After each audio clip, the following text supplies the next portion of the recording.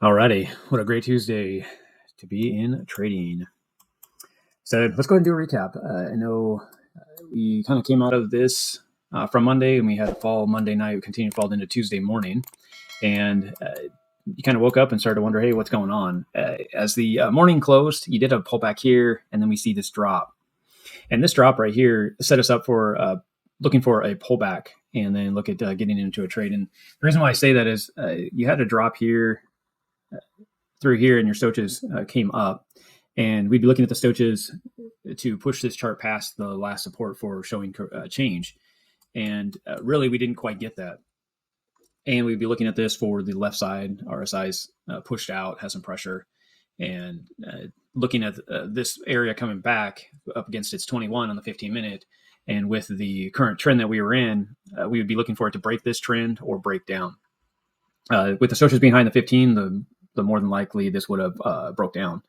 And you could have taken the trade off of this candle here if you want to look at it there, or you could have looked at this pattern in here and taken the trade here as well, with this being the stop up here and then the run out. So I'm going to go ahead and take a look at this, and I'm going to put my stop up here and then trade it on out. Now, you could have taken it on the 21. As it broke the 21, that could have been an entry. You could have taken it up here further too.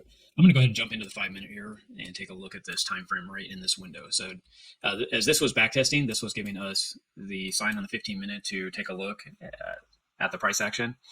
And we had this low from the night on the 15-minute, and then you had this high from the night.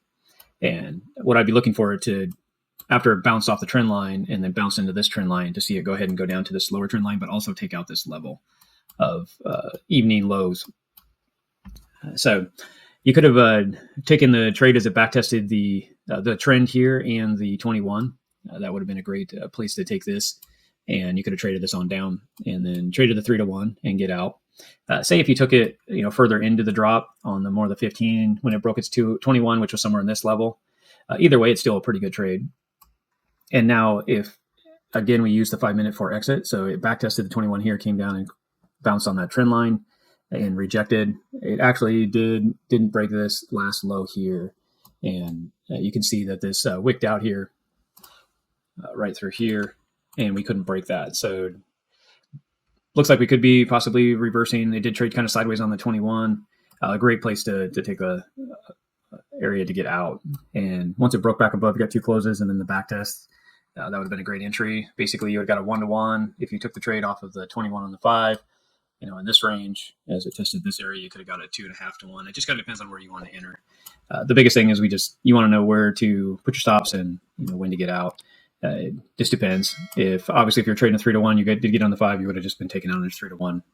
So those are all areas to look at to do a trade and when to get out. So then you can kind of see how the rest of the day just went sideways. This is on the 5-minute. It kind of tested along the 21, and then it broke market structure right here on that current trend line. Doesn't mean we're going to necessarily reverse and go right back up. It just means that it's time to start looking at some more potential for a trade right on the 15 minutes. So this is breaking the trend. We could see this come up and reject, bounce on its 21 and fire here. The one thing I don't like about this price action so far is when you set up a head and shoulder pattern with the bullish divergence here, I typically like to see price action come up and break this level at least, which is part of the left shoulder, and then get up into this area. So I'm going to zoom this down a little bit. Would like to see it clear this zone and get up in this area, and then from there, price action come back down into somewhere probably in this pocket. And one thing I'd be looking for in that case would be, I'm using the Fibonacci tool. I'm picking the bottom of the head, and then I need to see at least clear this area, which would be up in here.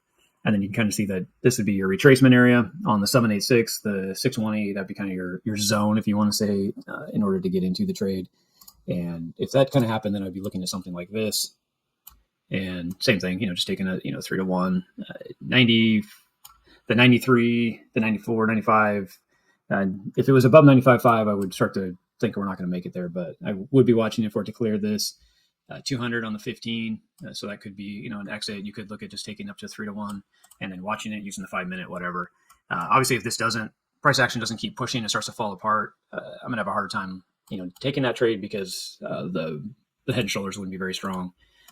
and price action. We like to have better setups, and then we may look for this reversing through here and giving us a possible short here. And how that's going to work out is you'd come back through, break this 21, and then from there you would get some type of back test in this area, and then continuation, take out this area of the head, and then reset everything. So just areas we'll have to watch as we go into the evening. So and we'll just do that, and that should set us up. Or like with pressure and stuff that's going on in the market, always just kind of stay in the moment, analyze the charts, analyze the TA. TA will keep you safe.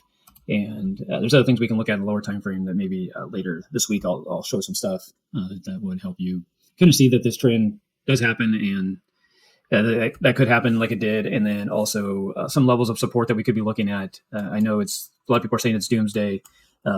Let's wait a little bit on that. We still have some room that we could trade out before it's full bear market and things are over with. So we'll have to kind of see how things work out. But we'll keep you informed every day and just show you the trading opportunities and just how to watch the market.